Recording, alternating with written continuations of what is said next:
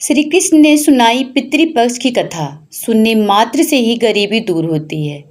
हम आपको पितृपक्ष की कथा सुनाने जा रहे हैं। कहा जाता है कि पितृपक्ष की कथा सुनने के मात्र से ही हमारे सारे कष्ट दूर हो जाते हैं और पितृदोष भी दूर हो जाता है। पितृपक्ष का हिंदू धर्म में विशेष महत्व बताया गया है। इस दौरान किए गए दान पुण्यों से पितरों का आत्मा को शांति मिलती है। साथ ही इस समय कुछ बातों का भी खास ख्याल रखना चाहिए। अगर उन बातों का ख्याल नहीं रखा जाएगा तो व्यक्ति को मुश्किलों का सामना करना पड़ सकता है। पितृपक्ष में अपने पूर्वजों की आत्मा की शांति के लिए तर्पण और पिंड दान करने का विशेष महत्व बताया गया है। पितृपक्ष में पूर्वजों की आत्मा की शांति के लिए कई उपाय बताए जाते हैं। पूर्णिमा तिथि के दिन पितृलोक से पितृगण धरती पर आते हैं। प्रतिपदा तिथि से जल अन्न ग्रहण करने लगते हैं जो उनके परिवार के लोगों ने अर्पित करते हैं। हिंदू धर्म में पितरों को देवताओं के समान ही माना जाता है। उनके आशीर्वाद से घर में सुख समृद्धि और धन्य धान्य बना रहता है। पितृपक्ष में आपको बहुत सी बातों का ख्याल रखना चाहिए, वरना आपके पितृ आपसे नाराज हो जाते हैं, जिससे लाइफ में कई तरह की परेशानियां आने लगती है। पितृपक्ष में तामसिक भोजन से परहेज करें। इस दौरान सात्विक भोजन करें। मूंग की दाल का सेवन करें क्योंकि यह शुद्ध माना जाता है। मसूर दाल इस दौरान नहीं खाना चाहिए। लहसुन प्याज और मांस मछली वगैरह से पूरी तरह से परहेज रखें। पितृपक्ष में कभी भी द्वार पर कोई पशु या मांगने वाला आए तो उसे अन्न जल जरूर देना चाहिए।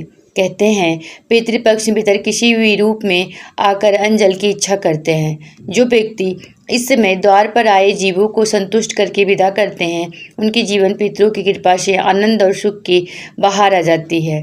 पितृपक्ष में माता पिता में से कोई एक अगर जीवित हो तो उन्हें जितना अधिक हो सके आदर और सम्मान दें। इनकी हर खुशी का ध्यान रखें क्योंकि इस समय माता पिता में से जो परलोक गए हैं वो धरती पर आकर देखते हैं कि आप माता अथवा पिता जो जीवित हैं उनका कितना ख्याल रखते हैं। अगर उनके साथी को कष्ट होता है तो उनके मन को कष्ट पहुंचता है और वह श्राप देकर बिना अन्न जल प्राप्त किए लौट जाते हैं, जिससे जीवन में एक के बाद एक कष्ट आने लगते हैं। तरक्की रुक जाती है।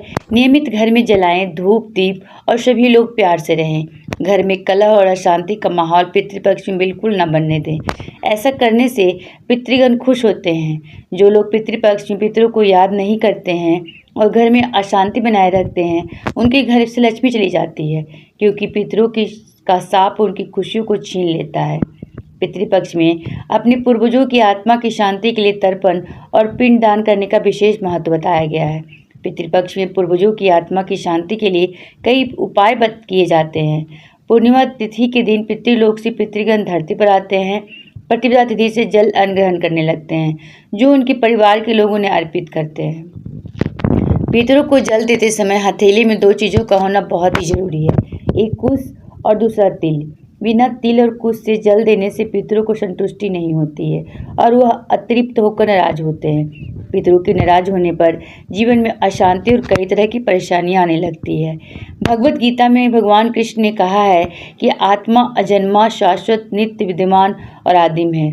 इसका मतलब है कि आत्मा का जन्म मृत्यु का चक्र नहीं होता और शरीर मरने पर आत्मा नहीं मरती। पितृपक्ष के अनुष्ठान से आत्मा को जीवन मृत्यु के चक्र से मुक्ति मिलती है और उससे मोक्ष की प्राप्ति होती है। और यदि वीडियो अच्छी लगी हो तो वीडियो को लाइक और चैनल को सब्सक्राइब करना बिल्कुल न भूलें।